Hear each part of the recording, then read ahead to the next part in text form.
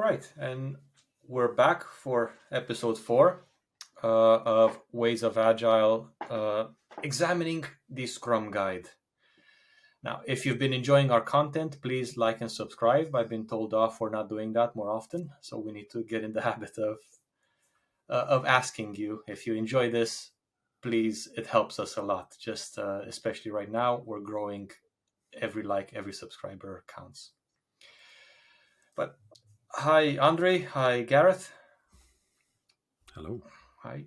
We're Hey. gonna continue with part 4 of the Scrum Guide, and that is the Scrum Artifacts.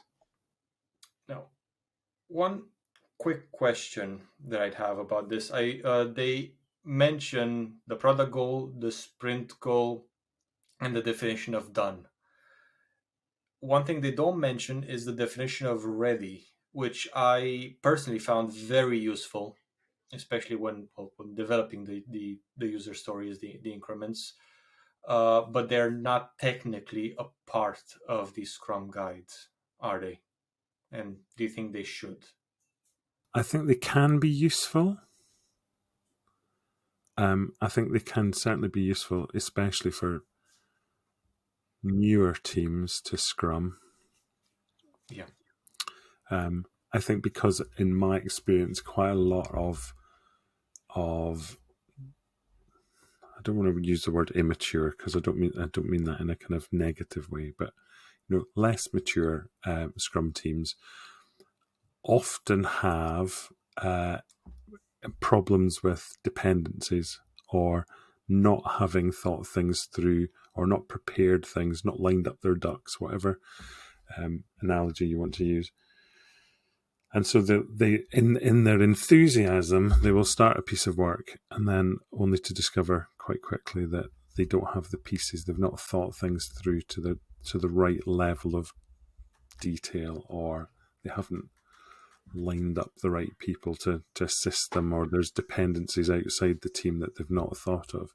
And therefore having some kind of guideline that says in order for a piece of work to be ready to start on, we want to make sure that we've checked these different areas, and that'll be different for every project and for every team. Sometimes though, I think, sorry, go for it. No, please finish, because I may change the train of thought then. Okay, I was going to say sometimes though, I think it sometimes is right for the team just to crack on with something and learn from doing and learn from unpacking and learn, there's and therefore if they had to adhere to a definition of ready, that might slow them down even further, and that might actually get in the way of them doing the work. There's that. I don't know if you've used Basecamp. In Basecamp, they've got this. I don't know if they still do, but the last time I used it, they had this kind of hill diagram for a piece of work, and from the start of the hill, like on the left-hand side of the hill, up to the top was basically the team discovering what work was needed, and then from the top back down was actually completing it. And I really like that kind of analogy. There's that kind of discovery phase. And that's true of work in Scrum teams. I think each piece of work, there's a discovery phase and then a kind of delivery phase. The Scrum Guide does emphasize the fact that you should have a well-defined product backlog. So it doesn't actually say those words, definition of ready. However, having a refined product backlog can be interpreted as that. I think for now at least, it's steering away from the idea of definition of ready, because that if that tends to be a bit more rigid and there's a few more rules in it, it can also create bottlenecks. And it also happened, at least in my experience, that the definition of ready had a lot of people involved that were external to the team. And then basically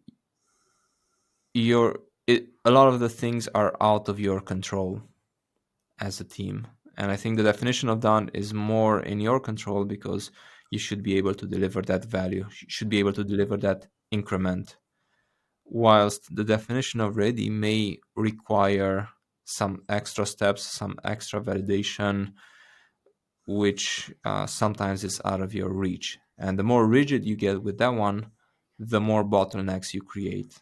So I think that's what my experience, at least, taught me. No, fair enough. So it's more of a beginner's guide in that case. Maybe the definition of ready. It's something to basically putting training wheels on for a team. I used it in the past. We used it in the past in some of my previous teams, where we were working with some clients who were always expecting too much whilst offering not a lot of information.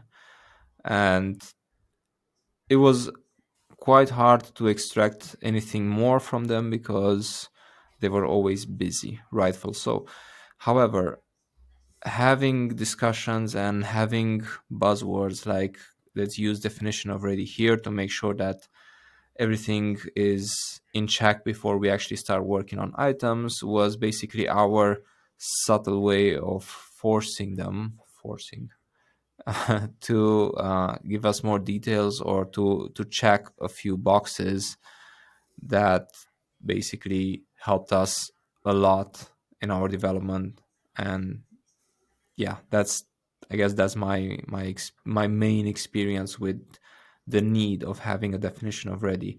I still use it now sometimes I use it now, but it's a lot more light in the sense that we know what we're looking for, we know what we need. And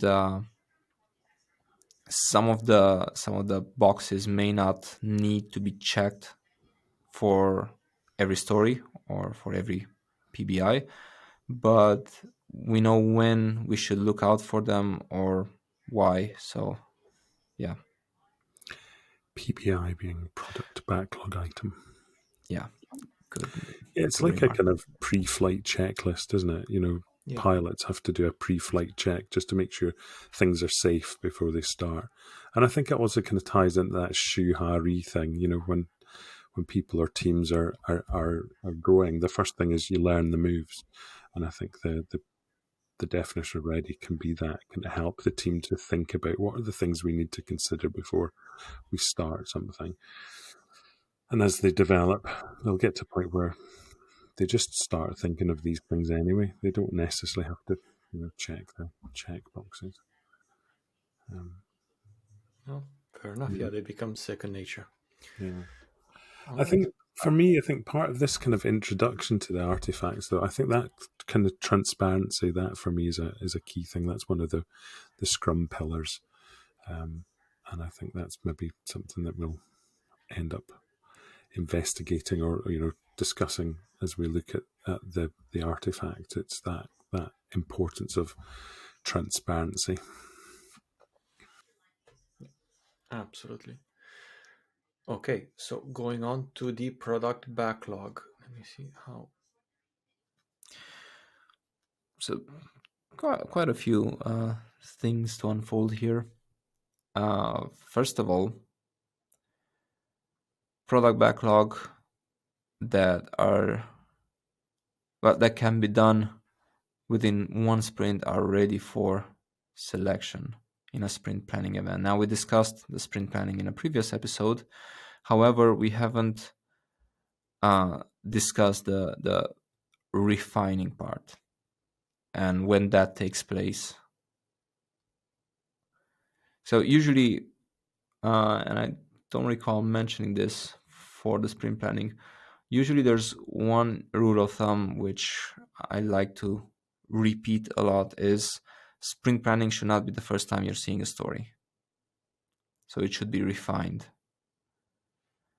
And then that refining is basically breaking down the story maybe into smaller stories, maybe into as much detail as you can or as you have at the given time, because sometimes you find out as you begin working on something, you find out that it may be bigger. And here also what is mentioned is that the development team is responsible for the sizing. So that's one thing which we may want to tackle in this segment. Yeah. So regarding that, what you just said about getting as much detail as you can, I was in a situation with my team in which we had probably a few too many business analysts in our development team. They worked with the product owner to ratify and create the product backlog and to break it down into user stories. Now, because they didn't have that many tasks to do in the normal in one sprint, they basically started breaking down the entire backlog for the next 10 sprints all the way down into user stories. Now, in your experience, did they get a little bit ahead of themselves, or is that a common, I guess, thing that can happen where you really, usually you don't plan ahead in that much detail because a lot of things can change, but if you do have the time on your hands, there's nothing explicitly against it, but is it maybe best practice? What's the horizon? How close do you want to be to the horizon? That's my thought about that. The Scrum Guide here says the product backlog is an emergent ordered list, and you build something, and you know what's the overall goal? Where are you now? What's the first step that will allow you to get closer to that goal? You take that step and you repeat the process. Where are you now? What direction do we need to go? If you predefine everything and kind of spend ages and ages, unpacking everything and creating user stories for 10 sprints ahead, there's a real risk that you end up building what you've planned to build, but you don't build what's actually required. You don't build the thing that's really going to give value, because it may be that, the team works for 1 or 2 sprints and then discovers with the stakeholders that actually what they've delivered is enough. They've got the value that they've needed, and you've got this unused work, that you've spent however many days or weeks or whatever planning, that's just rubbish now. You don't need it. It's one of those lean wastes, Yeah, one of the risks is you're not agile anymore, because basically you've just decided for the next 10 sprints what you're doing.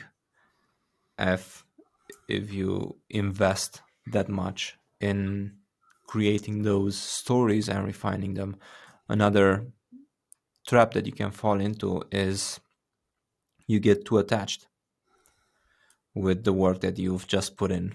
So you figured, I've done this work, we may as well do it.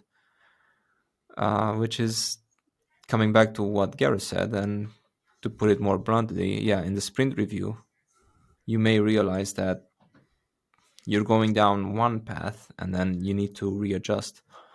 So readjusting even a little bit may mean that all of your stories have to be readjusted as well, or most of them. So I guess it's not necessarily a bad practice, but do it at your own risk, because then the risk is you're defining too much ahead of time. Yeah, I once worked with a designer who would, his designs were 6 months ahead of where the team was, and he spent most of his time just churning, redeveloping things based on the changes that we'd made. We made one change, and that we got feedback from the customer, or we discovered that there was a better way or a cheaper way or a more valuable way of doing something.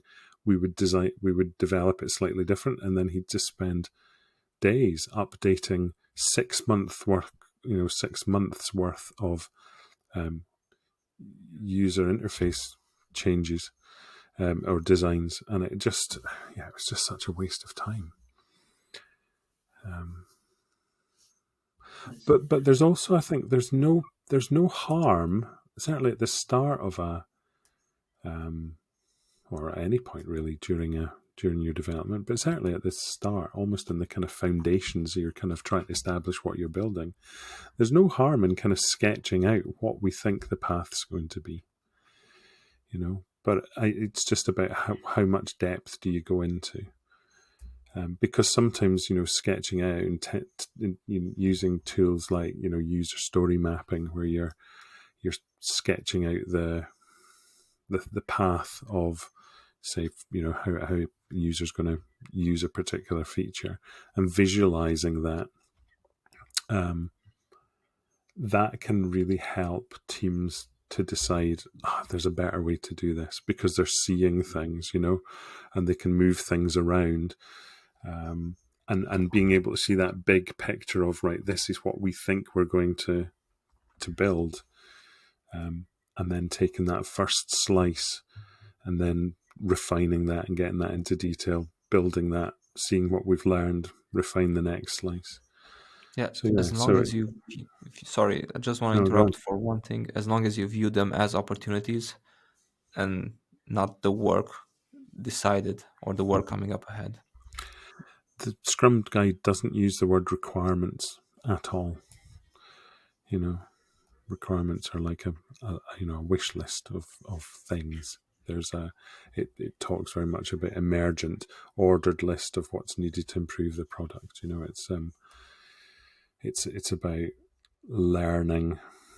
It's that kind of empirical thing, isn't it? We learn by doing, and the product emerges as a conversation. That whole thing about user stories, or product backlog items, that the 3 C's, the card, conversation, and confirmation.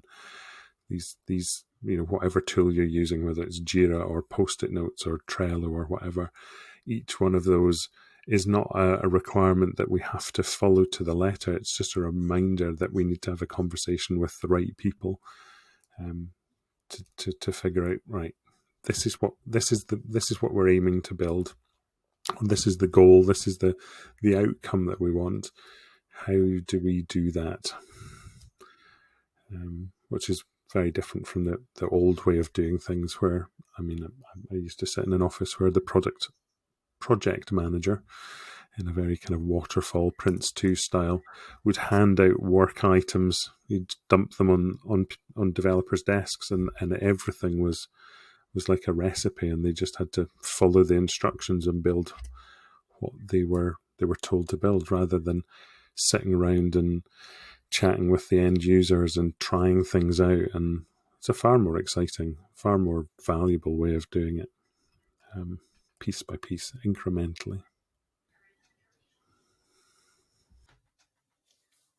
Right. Sorry, that was a conversation killer, wasn't it? No. The other thing that I just wanted to ask in this case is, okay, so what would be the sweet spot in terms of the product backlog items in order to get them ready for the sprint? So would you say that the sweet spot is during your sprint, you also try to ratify the user stories for the next sprint, just to be ready by the sprint review? Or when would be the best time, or what was the sweet spot of getting things ready in advance? I'll open the bidding at 2 to 3 sprints. I would hope to be looking 2 to 3 sprints ahead, just thinking, right, anticipating what might come next, with the understanding that, one of the outcomes of the sprint review is a reordered backlog, or new items, or what do we learn from the sprint review? What have we learned in the last sprint? Kind of merged in with, potentially what's going on in the world of the customer. Have their priorities changed? So yeah, having 2 or 3 sprints ahead, kind of planned out to some degree, even if it's not to the full extent, I think is a useful thing, with the understanding that that might change based on what we've learned from the previous sprint. I would split this maybe a bit more into the idea that perhaps the product owner should have a lot more sprints in mind,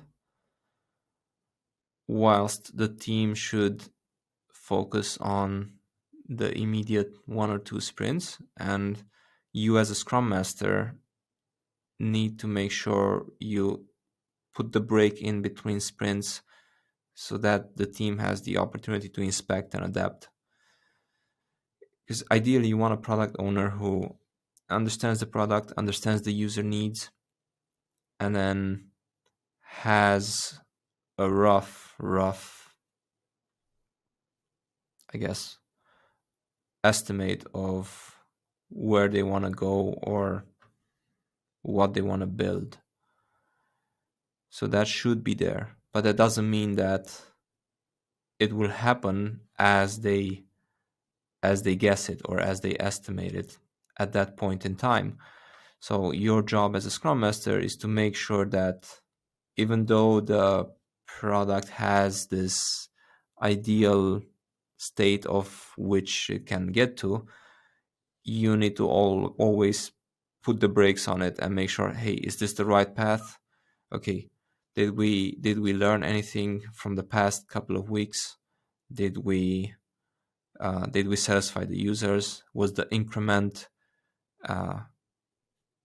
good enough or as expected, I guess? So yeah, that's what I wanted to break it down basically into. Wouldn't the product owner be at risk at becoming, as you said it before, becoming too attached to his own ideas in this if he breaks it down? And I guess it's that's the responsibility of the product owner. Basically, how agile does he need to be in the sprint review? It might be a silly question, but yeah, it's a tough one to answer. So the product owner should have the product goal in mind at all times, which basically means that you should have an end goal in mind. Now that end goal can take millions of shapes, and you can get to it in so many ways. So I'll use a bad metaphor again because I'm good at bad metaphors. So let's say the product owner wants to get to the airport from his house. Now, as you drive throughout the city, there may be accidents, there may be a road work ahead or other stuff which is slowing you down. So the product owner still needs to get to the airport. However, he may think that we're going on a straight line or we're going that way, but that changes. So the sooner you realize that, you cannot go straight, so you need to follow this path, or there's a shortcut through here, or there's this that needs to happen, or we actually have to stay in traffic for a while. The easier the product owner is with change, the easier it is for the team to also be agile. But again, I think this is where the Scrum Master comes in, because you as a Scrum Master should support the product owner. So you should be able to help out the product owner be as agile as they need to be. And to pick up on your analogy, the taxi driver is the developers. They're the experts in doing the work. And I think, to kind of going back to your thing, if the product owner's got a big picture of how to get from, start to the finished product, and they've sketched that out, they really need to sketch that out with the right people. It's not just something that comes out of their head. It needs to be done in collaboration with the developers because they're the experts on how it will be done. It needs to be done in collaboration with the customers or the stakeholders because they're the ones who are the domain experts or, the end users. And there's other agile approaches. The DSDM, Agile Project Management, has a foundations phase where you gather all the requirements, and it's then a conversation between essentially the product owner and the customer to work on priority, and it's the developers who understand how big and complex this is, and then you would kind of sketch out, fix your time at, say, estimate, we think this is going to be done in 3 months, 4 months, and then you kind of run the plan in a similar way to the way that we've been discussing. So there are different approaches, agile approaches, that you could actually draw into Scrum if you needed. Right. Moving on to the commitment product goal. So, I'm looking at the idea that a product is a vehicle to deliver value. I agree with that one. But throughout my experience, the next sentence is not as... you don't come across it as often as you wanna. It has a clear boundary. A lot of the times, in my experience, sadly, it hasn't. Known stakeholders, this tends to be a struggle sometimes, even for a Scrum team to define or to actually find the right stakeholders. And then well-defined users or customers. This may be hard if you're just starting your product. For a more experienced business or team, I guess. But yeah, I think or maybe my experience is just messed up, I guess. But I haven't had the pleasure of having that sentence accurate. Yeah, I think this is a great opportunity for, the whole thing about the Scrum Guide being as non-prescriptive. I think there could definitely be a little more prescription in this area because, like you said, I think in my experience, most Scrum teams I have worked in, this has not been explicitly described, which is in contrast to the projects that I used to run as an Agile project manager, where one of the very first things you do is you create a terms of reference document that says, this is the background of what we're doing, this is our objective, this is our goal, this is what's in scope, these are the constraints, these are our assumptions, these are our risks, and this is what we're going to deliver, which is really very clear and just keeps the whole team aligned. And if you come up against something that goes, this is outside the boundary, obviously you can have conversations with the stakeholders or whoever to say, should it be? This is something we've uncovered. And yeah, obviously, defining stakeholders and users and customers. This is definitely something that have been discussing this week in one of my teams to say, do we need to define this a bit more clearly, just so that we're all aligned, and everybody's really clear what we're doing. Especially around the roles of like stakeholders, who needs to be updated when about what, that sort of thing. That really only takes a few conversations. Write it down so that when the product owner or whoever else is off, it's there. Just defining these things, I think. So one question which just popped in my mind: how often should... It's non-prescriptive though, so it's quite a general question, but maybe we can dive deeper into examples. But how often should the product goal be communicated? to the team? I think every sprint planning meeting. That's part of the very first. Why is the sprint valuable? The product owner proposes how the product could increase its value. Well, let's be reminded. Let's look at the big picture. What are we aiming for? Where are we now? That's something I try to get into sprint planning. It's just reminding everyone, what's the big picture? What are we aiming to do? Because that really helps focus. You can get kind of caught up in but I really want to build this feature or that feature, But if those features don't support the product goal, then drop them. And one interesting thing is it makes no mention of the product owner being in charge of the product goal here. Yeah. So it simply states that it serves as a target for the Scrum team to plan against. It doesn't specify where it comes from.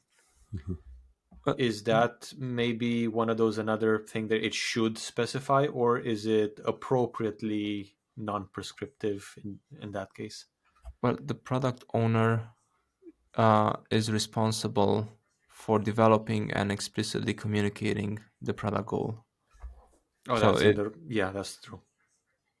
It specified it in a different section. Okay. Yeah.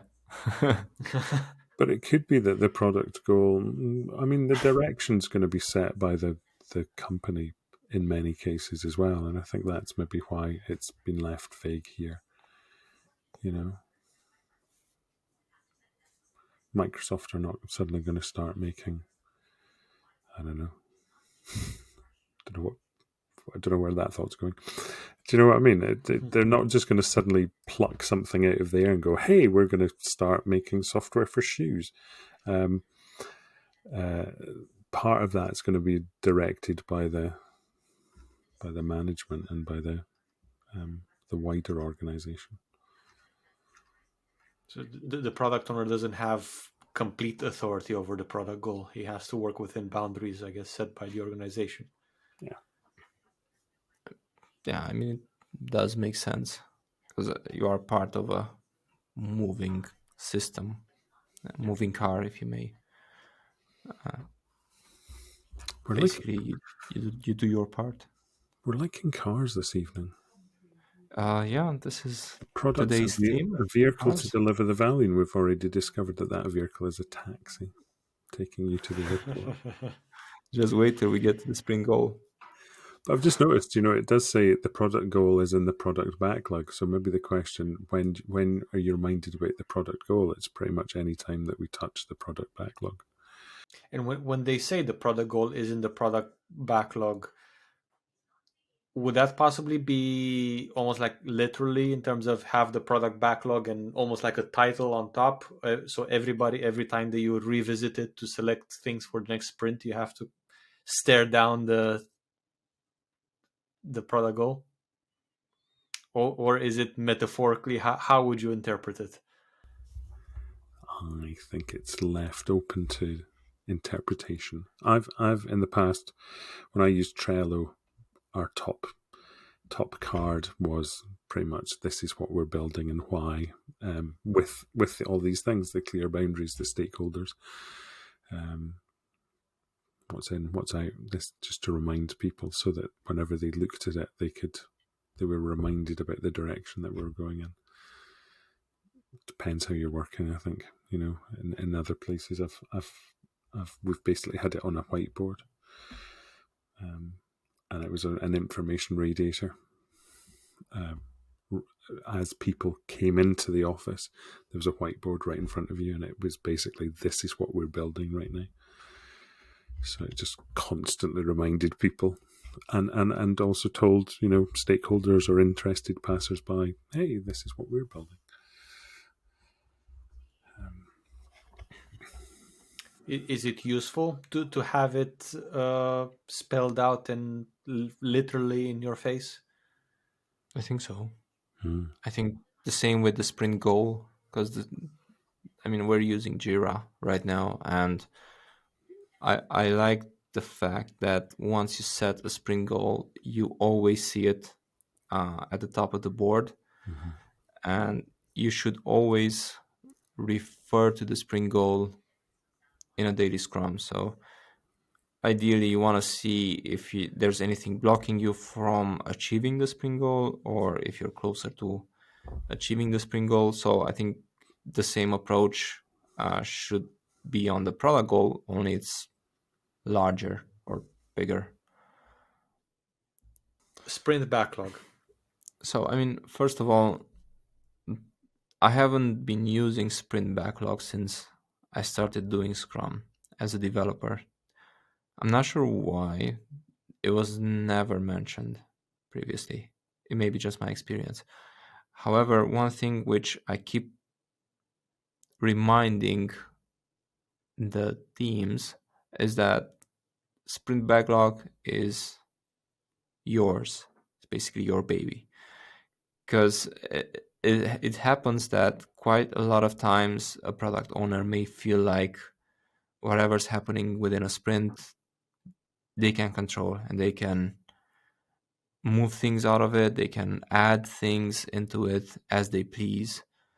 And yeah, this actually happened to me quite a lot of times, where if that happens, I mean, if the team thinks that this is the logical hierarchy where the product owner basically puts things in and then moves things out as they wish, then you form a pattern, and that pattern basically completely ruins your sprint backlog, because it's not yours anymore, and completely ruins everything else, well, planning and everything. So my why my rant here is that I enforce teams to make sure that they understand that the sprint backlog is theirs. Any change to the sprint backlog should come as a discussion, or I'd rather call it a negotiation. Even if it's not like a huge debate or whatever, I like to call it a negotiation, because Gareth mentioned this way back, where he said he likes to ask the question, if we're saying yes to this, what are we saying no to? So yeah, my rant is over. It was a you very you start genuine- you started that rant with saying that when you were worked as a developer, you didn't have a sprint backlog. How? We didn't use the term sprint backlog. So Oh, right. you inevitably have a sprint backlog, because two big mistakes that we did was we did not enforce the team enough to say, this is yours, this is your baby, your piece of work, which would have helped us be more in charge of it, more responsible for it, which subconsciously, I think, if basically you're committing to it, there's a higher chance of you accomplishing it, rather than just having someone put things in and out as the days progress. So yeah, we did that mistake. The other mistake was that we basically accepted what was happening. So sprint goal, which I don't want to get into sprint goal right now, but sprint goal ended up changing a lot of the times. Work kept being more high priority, which meant that, okay, we're pushing this and then we're pushing that, and no work ever came off the sprint backlog. So we were basically just pushing things in front of other things. And at the time we were doing estimates, and we were doing hourly estimates, which is something I'm not a big fan of. And the main risk with estimates, even with story points, but with hourly, that's a definite risk, is that you're overfilling your hours. So basically you're working X amount of time, and then you're filling everything up. So you're deciding the sprint backlog up to its maximum potential. So if you're working, let's say 80 hours, you as a person, you're working 80 hours in a sprint. Let's say the full team is working whatever, 80 hours times 5, 400 hours. Then you need to have 400 hours worth of work in the sprint backlog. Now, as more work gets put in, then obviously that adds more stress if you don't take work out. Yeah, that. Sorry, go on, Gareth. I was going to say, let me give you an analogy, because we're big on analogies today. It's a bit like when you go to a restaurant in a hotel for breakfast and there's a buffet of all the available food. That buffet of all the available food is your product backlog. And the developers at sprint planning go up with their plate and they take as much as they think they can eat during this meal, which is the sprint.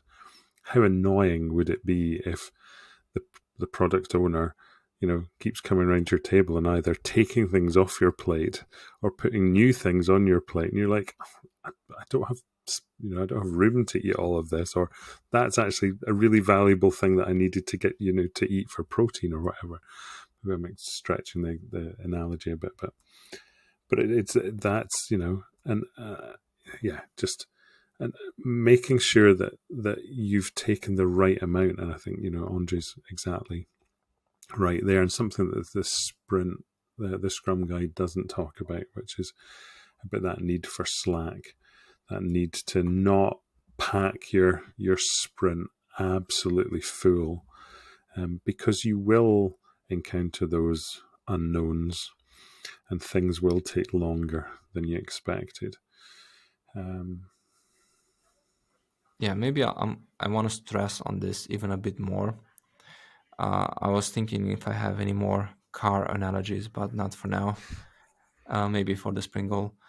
However, usually it happens that the team needs that extra buffer, but not having that buffer instills an idea for anyone outside the team that the team is producing, the team is fully productive. The team is basically working at 100% capacity, which is false. I think in most cases, in almost all of the cases, this is false, because if you fill up the sprint backlog, chances are that it's going to spill over. There will be work that's going to spill over. There's also the kind of cognitive load of and pressure of seeing all this stuff that on your to-do list. I'm thinking, oh goodness, we've still got all this to do, which can lead some teams to speed things through and skip things like good quality assurance. I mean, at the end of the day, we want to be delivering value, we want to be delivering quality. And I've seen it. I've seen teams just kind of going, oh, do you know what? We need to get this out, so let's just skip the QA. And they end up delivering stuff that they then have to rework, which is a complete waste. So yeah, taking smaller plate loads, come back to that kind of analogy, can help in so many ways. On the other extreme end of the spectrum, I think it's quite all right to not have a full sprint. I mean, not necessarily quite all right, but it happened, and I think it's a practice sometimes where you may have work for the first week of the sprint, but you still have enough to set a sprint goal, and you still have enough to start the first days of the sprint, and then work may emerge onwards. So it's a practice that I saw happening, and I think it worked.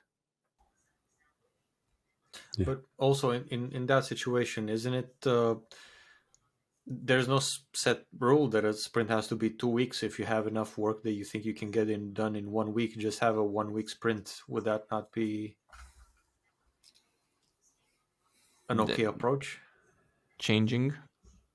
Sorry, I see Gareth already has an answer to this. No? All right. Yeah, no So idea. I was just twitching just at that suggestion. just want to check. So you mean changing just for one sprint, changing to a 1 week sprint? Yeah, just this week we have a goal that we can achieve in 1 week instead of 2 weeks, and why not just do the sprints have to be consistent throughout the project from beginning to end? I think it Not helps. necessarily. All right, you go, Gareth. You go. We're going to say different things or same thing, but in different ways. I think it helps just having consistency and having that cadence. And it also helps if you're kind of tracking metrics to have the same length of period.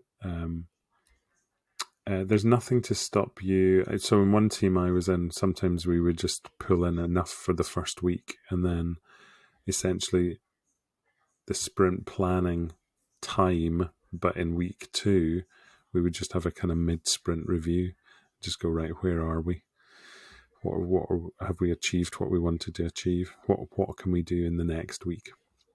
And that was certainly when the team was kind of very new and we were learning. In another team I've worked in, we just went for 1 week sprints, because that was a really clear way of reducing the amount of work that we brought on and really focusing on delivering small bits of value within the first 2, 3, 4 days of the sprint.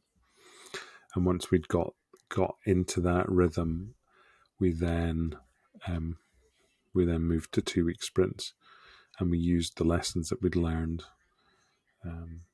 So I think that approach is can be quite a sensible one. But just switching, 1 week we're going to do 1 week sprints, and the next 2, and then 1, and then 3, or whatever. I think the team doesn't get into the cadence. Besides the consistency, also you need to think about the logistics. And you're usually working alongside other teams, and there may be even more than 10 teams. And each of those teams have their own sprint reviews. And each of the sprint reviews need to be seen or should have in attendance specific stakeholders who are usually scheduling their workday around each of the team's sprint reviews. So at that point, if 1 or 2 or more of those teams end up changing the sprint reviews occasionally, you may create an imbalance. So ideally, you want to keep that consistency. If, however, you decide that you want to switch to a 1 week sprint because your sprint goals are usually, you end up figuring out that you only have work for 1 week ahead of time, because that may be a problem at some point, then yeah, that's a discussion, like a much bigger discussion where you want to change it for good, or at least for a while, for the next couple of sprints. See if that works, see if it helps with the refinement. But yeah, also think about the logistics. I think we can also touch on the sprint goal now. It's just lurking there. So first of all, the sprint goal should not be affected. Now, I've got a few questions here. I wanted to say one, but let's start with one. So I've got a question. When do you think it's best to determine the sprint goal? At the beginning of the sprint planning, or at the end? Or in the middle? All 3. I think it's okay to. Well, yeah. I think it's okay to start with a kind of sprint goal in mind. Right, this is what we anticipate. We want to achieve this sprint. We then kind of look at the work that's there, and you refine and adapt the sprint goal. The sprint planning event, the first thing is the why. Why is this valuable? What are we going to achieve? I think the product owner proposes how the product could increase its value in the current sprint. It seems logical to me that there's got to be a goal in mind at that point. We don't just kind of turn up and randomly pull things off the backlog. In which case, it's not like a buffet in a restaurant. Although I saw this happen, and that's why I'm asking, because I saw this happen where the team is basically looking at, all right, so we've got a few bugs here, we've got this, and then we've got that. I guess we can pull that in because that's estimated. And then at the end, you look at everything you have on your plate, to come back to your analogy, and then they're like, oh, so I guess the sprint goal is, let's see the stories. And then they kind of create a sprint goal based off of the 11 stories that they may have in the sprint. So I guess why I asked the question is to also end up pointing this out, that you don't really want to play around with whatever is in the sprint backlog, whatever you ended up picking, and then try to find a sprint goal based on, like, try to find a theme of what you picked in the sprint backlog. It's interesting. This week I got an email from, I subscribed to John Cutler's emails. He's a product guy, and he has some really interesting stuff. And this week his email was about good goals and bad goals. And I really liked what he said about good goals are enabling constraints. They narrow our focus and they encourage good things to happen. And I really liked that. They narrow our focus. There's and that, I've worked in so many teams where they've had like 4 sprint goals, and I think probably the maximum number of sprint goals I would want a team to have is 2. And one is, what is the work that we're doing on this sprint? So what's our kind of delivery? And the second goal might be around, discovery. What the kind of refinement, the bigger picture? What's next? What are our next opportunities to fix? But I think for most part, certainly with new teams, single, as it says there, the single objective for the sprint. What's the one thing they're going to do? And picking up, and what Andrei said earlier, it's okay for that single objective to be something so small that we deliver it in the first few days of the sprint. Especially with new teams, where there's a need to learn and a need for those kind of dopamine hits. When you've kind of achieved something and gone, oh, this is great. We've achieved our goal already. Fantastic. Let's start bringing stuff in from the backlog. Not only does it encourage the team, but also by doing smaller things, it helps the team to accelerate and to learn. And you don't necessarily, you do want to have, I'm guessing, at least some sort of an idea when you pull the items off of the backlog to be maybe within the same theme at least, so they're almost like compatible with each other to some extent. Just to go to the buffet analogy again. So let me jump on that the bandwagon. You don't want to have milk and cereal followed by fermented fish or something. Yeah, it's you want to be careful how you match the user stories that you pull into the sprint. Mm-hmm. I'm just thinking of fish.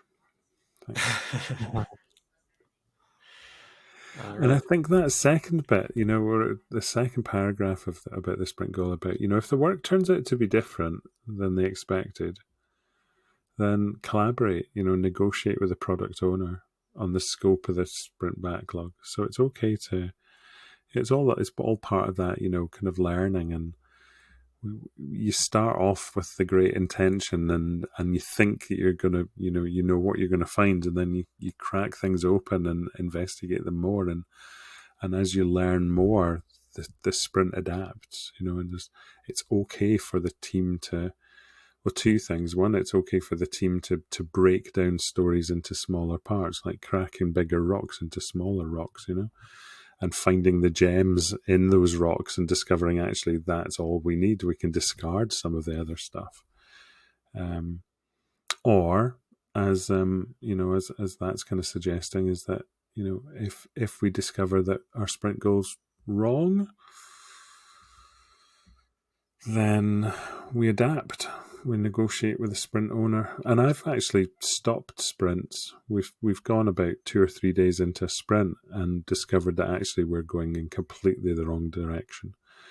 We've started work on something and discovered it's completely not what we expected, and we've just called a massive timeout on the sprint. We've called the product owner back in and gone, I think we need to stop and replan, and we've had another planning meeting and used the rest of that sprint for the new direction, new sprint goal, new approach, and that was the right thing to do, because part of that whole agile thing is about being able to change direction at the last responsible moment. Just, I guess a reminder is that, the product owner can cancel the sprint if the sprint goal is obsolete. True. Yeah, so it does explicitly say it in the Scrum guide. That's okay. All right, the increment. So one thing I want to pick on is, I like the sentence, in order to provide value, the increment must be usable. And this is the analogy of how you cut the cake, because sometimes there are, I guess, attempts or ideas. Let's say you're just starting up a new product and the team is formed and they're thinking, let's just work on the infrastructure the first couple of sprints. And this is why, it specifically says, in order to provide value, the increment must be usable. And the analogy I was talking about is, you got a cake with layers on it. Now, normally you cut the cake, you cut it vertically so that you can eat the piece with all of its... A lot of food references tonight, but yeah. Cars and food. Cars and food. Yeah. So you eat the cake as you should, rather than slice it, top layer and then second layer and so on. So increment must be usable. Yeah. Agreed. I don't want a slice of cake that's just butter icing. And it kind of goes hand in hand with what we talked about, the sprint of kind of making it themed. I'm guessing kind of this is almost, maybe not specifically, but it suggests it kind of that an increment is almost a theme, a few user stories that are part of the same feature or the same element within the product goal. It's not an increment if they're random user stories that, testing one feature while developing something else for another feature. Well, they have to be somewhat coherent from that point of view. So what in that case is, I guess, the difference between an increment and the sprint goal? Is it you have user stories which are part of a sprint, but it doesn't mention user stories in here. So for one, multiple increments may be created within a sprint. I'm trying to come back to the food analogy, although I'm not sure if I'm creative enough to fit this in. So ideally, let's say, I'll try to fit it in. It may be such a bad analogy, but never mind. So let's say you have your sprint goal I need to learn how to properly say sprint goal, because sometimes people heard me saying springle. So your sprint goal is just one thing. It's your North Star for the next couple of weeks, let's say. However, you may want to split that into increments, which you can push earlier. So coming back to the food analogy, and this is super forced, and for anyone listening, I'm sorry. But basically, you want to have your aperitifs first. Oh, that's exactly where I was going with this too.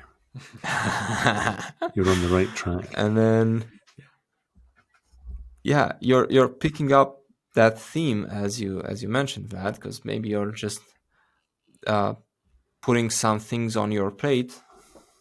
So you should have your full meal, but you're gonna start off with something which is something light, and then you may move on to the soup, and then you may move on to the main course, and then towards the end, if there is room, you're gonna have dessert. So that can be another increment.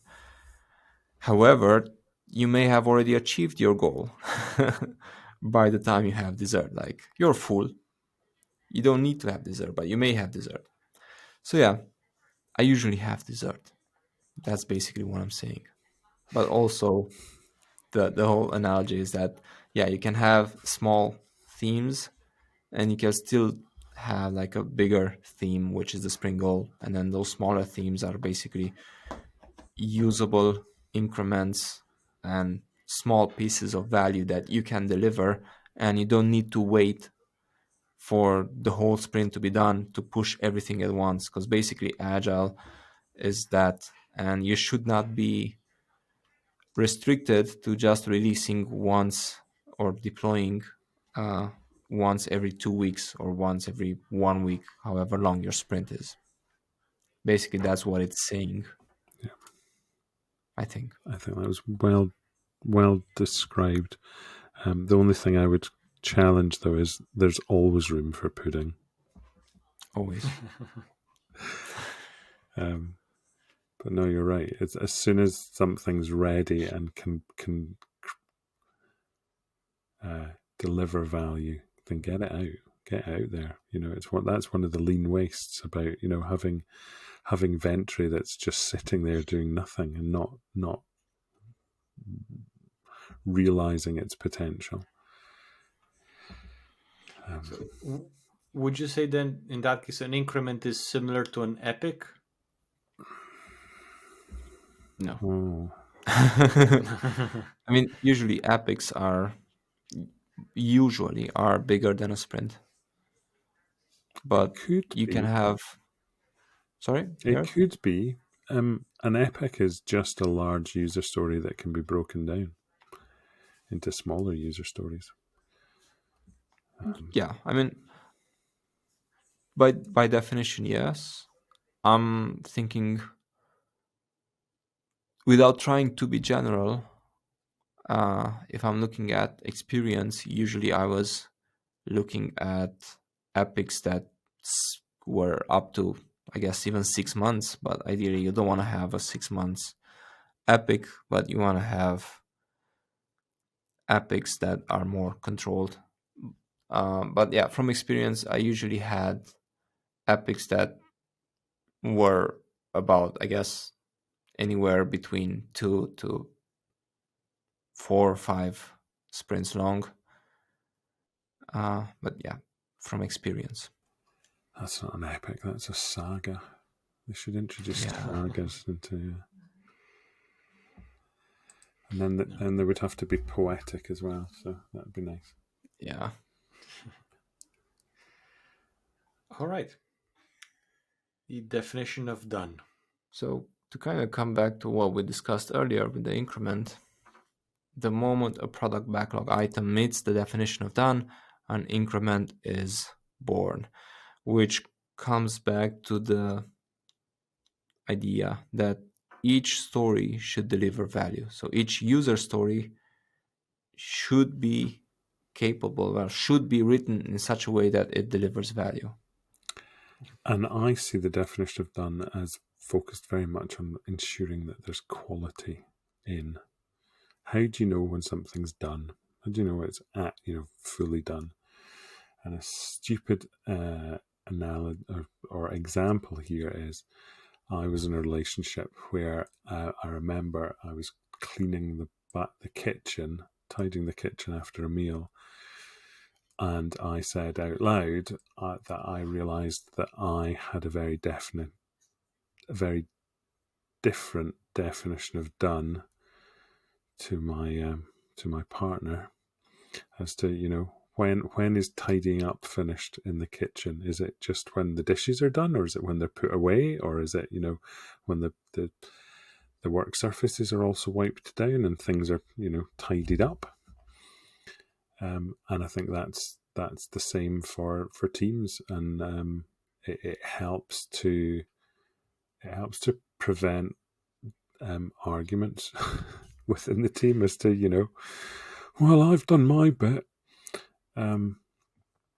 because there's a really clear definition of when we've done these things, then we know it's been tested, it meets the acceptance criteria.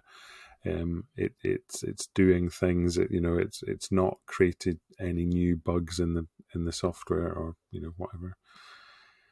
Then it's done. It's done, and we know that when we release this as an increment, it's not going to cause problems out there in the wild. It's part of that kind of firm foundation that we can build on. That we know that going to a building analogy now, that when we add the next brick to the building that we're building, we know that it's going to be secure because everything beneath it has been firmly, securely tested and has the right level of quality that it needs to support what's coming next in this incremental development. I wasn't even ready to switch on to relationship analogies. Now you're sorry. Talking about. All right, I got a food analogy for this one. Oh, Going back to the buffet is basically whenever you pick something, you have to finish it. Whatever you pick from the buffet, you can't leave it half eaten in the plate. This came to mind because I was a very fussy eater when I was a kid. But effectively, it is the rule of your plate has to be licked clean, and then you're done. You can move on to the next one. Ooh, can I challenge that? Go for it. Yeah. Without making it seem like we're debating food. So, because you may realize that the work is not well refined, like mid-sprint. So you may pick up a fish, for example, and then you may realize that I'm not a big fan of this fish. Or you may realize that I don't really like fish. I thought I would try fish, and midway through it, it's too much for me. So I think because as more, I guess, information emerges, you may realize that a story is bigger. So you may not finish the story in that sprint. And it happens more often than you think. Yeah. But you have to put it back in the backlog. You have to kind of put it back on the buffet table. Yeah. So Sorry? you may want to finish that fish. You may want to try to finish that fish. So if it's still something that you want to work on, you can still work on it.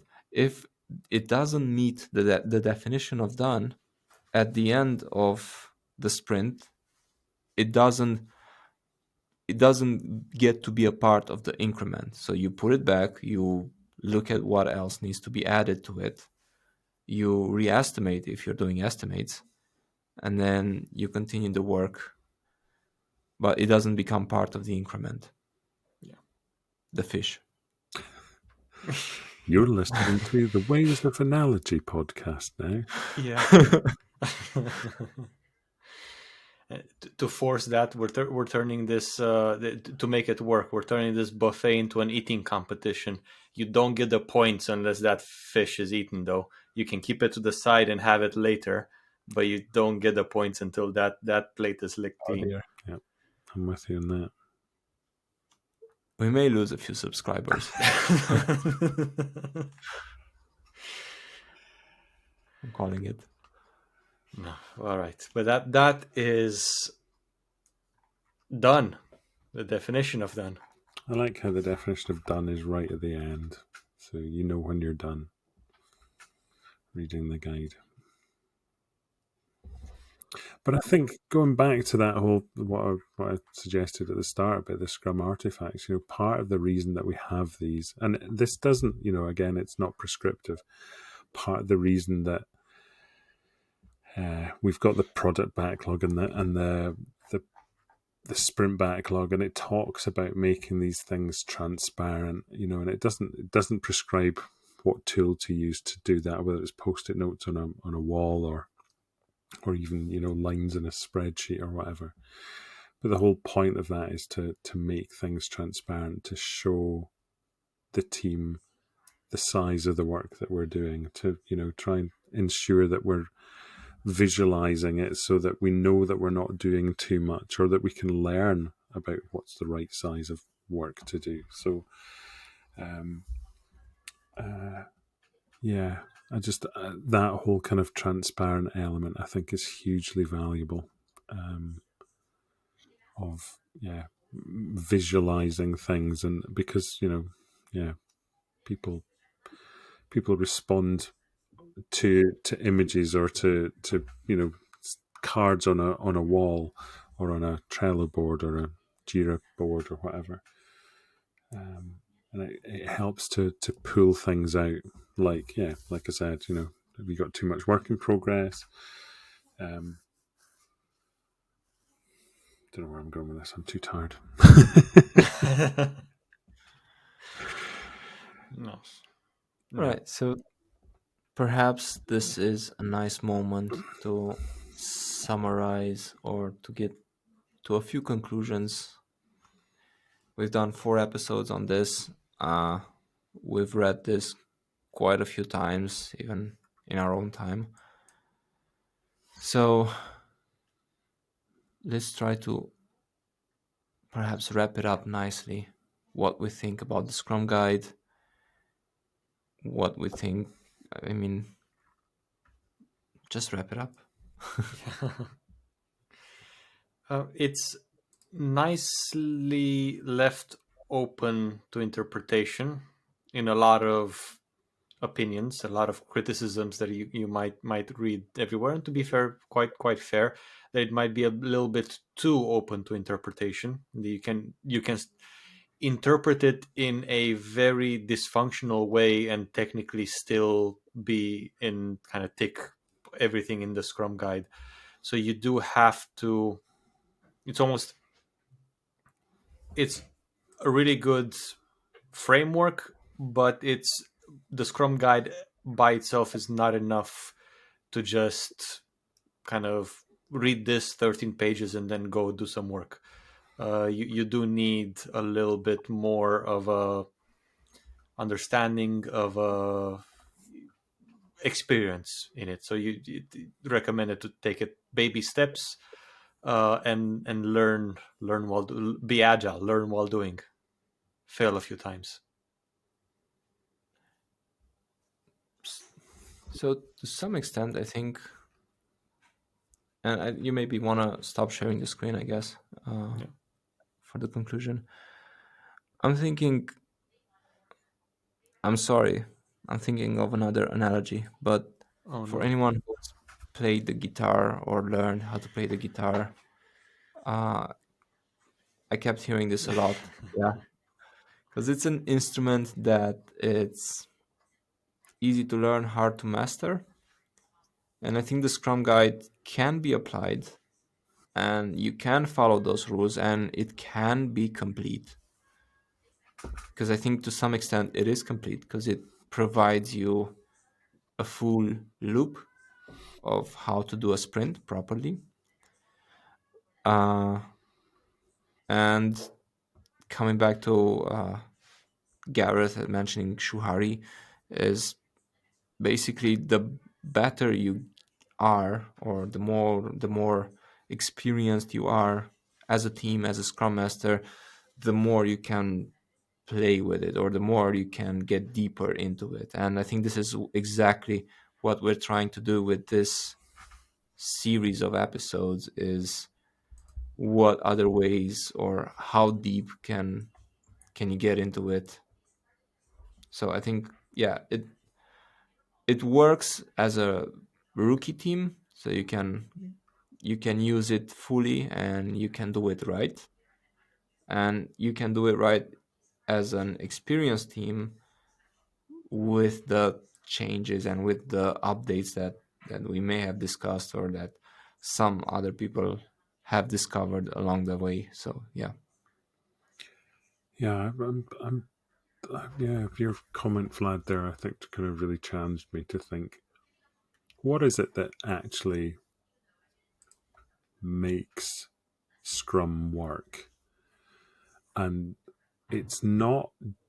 I think, I've certainly read articles about things like zombie Scrum. Where zombie Scrum is Scrum but without the beating heartbeat. Where you're following the events, you're going through the motions. You've got your product backlog, you've got your sprint backlog, you've got your planning meetings and sprint reviews and what have you.